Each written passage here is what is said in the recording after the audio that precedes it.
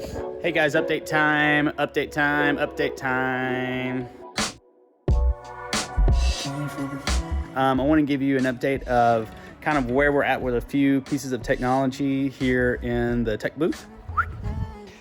First things first, we were using a device called a SSL2 or Solid State Logic 2. It was our audio interface, sending our Reaper online broadcast feed to our OBS computer, but we have since switched back to our Lexicon audio interface. So we go audio out of Reaper via USB to this device. This device sends 1/4-inch cables over to our ATEM switcher, and then our ATEM switcher combines audio and video together to this little mini recorder, and then that is our video capture device, which goes over Thunderbolt into the computer.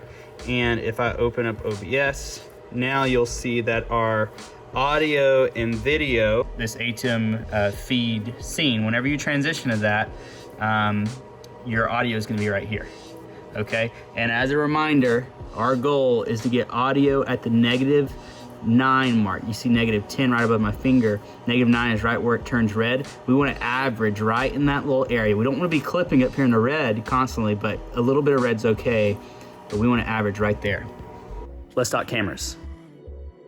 Okay, so I'm here at the GH4 and the JVC. A couple things I want to go over real quick.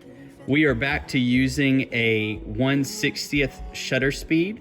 Your shutter speed is controlled with this knobby doohickey right here.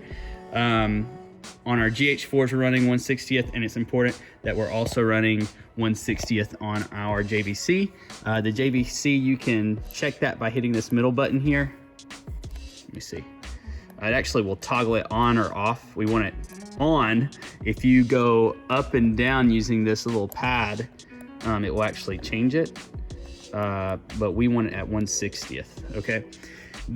The reason why we changed back is, hey, I can talk to you right here. The reason why we changed back is because we were not really properly shooting at the correct shutter speed for video. It was probably a little bit choppier than what we really wanted, and so setting it back to 1/60th should resolve that, and having all the cameras across the board at 1/60th and living at 1/60th is what's important.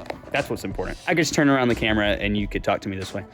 That's what's important. They all live at 1/60th shutter speed. Now, I think originally we changed it to 1/30th because we were having some rolling lines on our back LED panels because of the frequency or the hertz that the LEDs operate at, and so we may have to adjust it even more.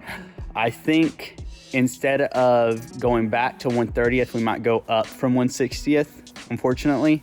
The byproduct is, and I can demonstrate here, if we have to go up from 1/60th, you'll notice things start getting pretty dark.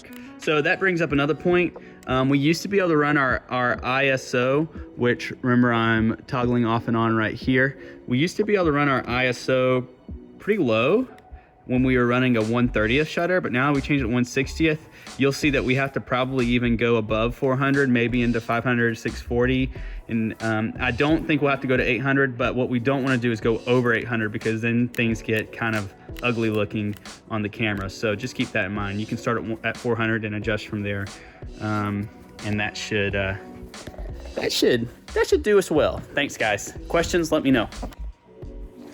I need to make a video about this in the future, and that is how to shut down our lighting system properly.